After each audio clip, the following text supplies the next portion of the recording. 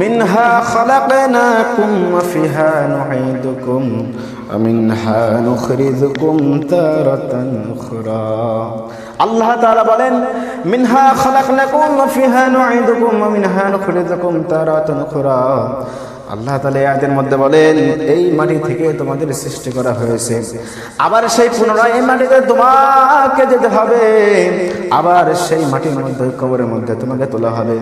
বন্ধুরা আমার, এই মাটির মধ্যে যখন চলে যাব, ওই কবরের মধ্যে সাপ বিচ্ছু থাকবে। এই কবরে যদি শান্তি পেতে চাই, এই দুনিয়াতে নামাজ পড়তে হবে, রোজা করতে হবে।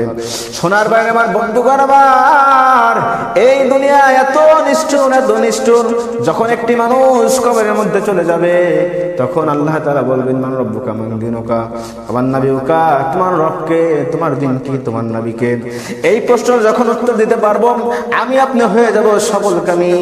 আর এই উত্তরের যদি আমরা না দিতে পারি, তাইলে আল্লাহ তাআলা বলবেন তুমি এখন হবে যাবে জাহান্নামী।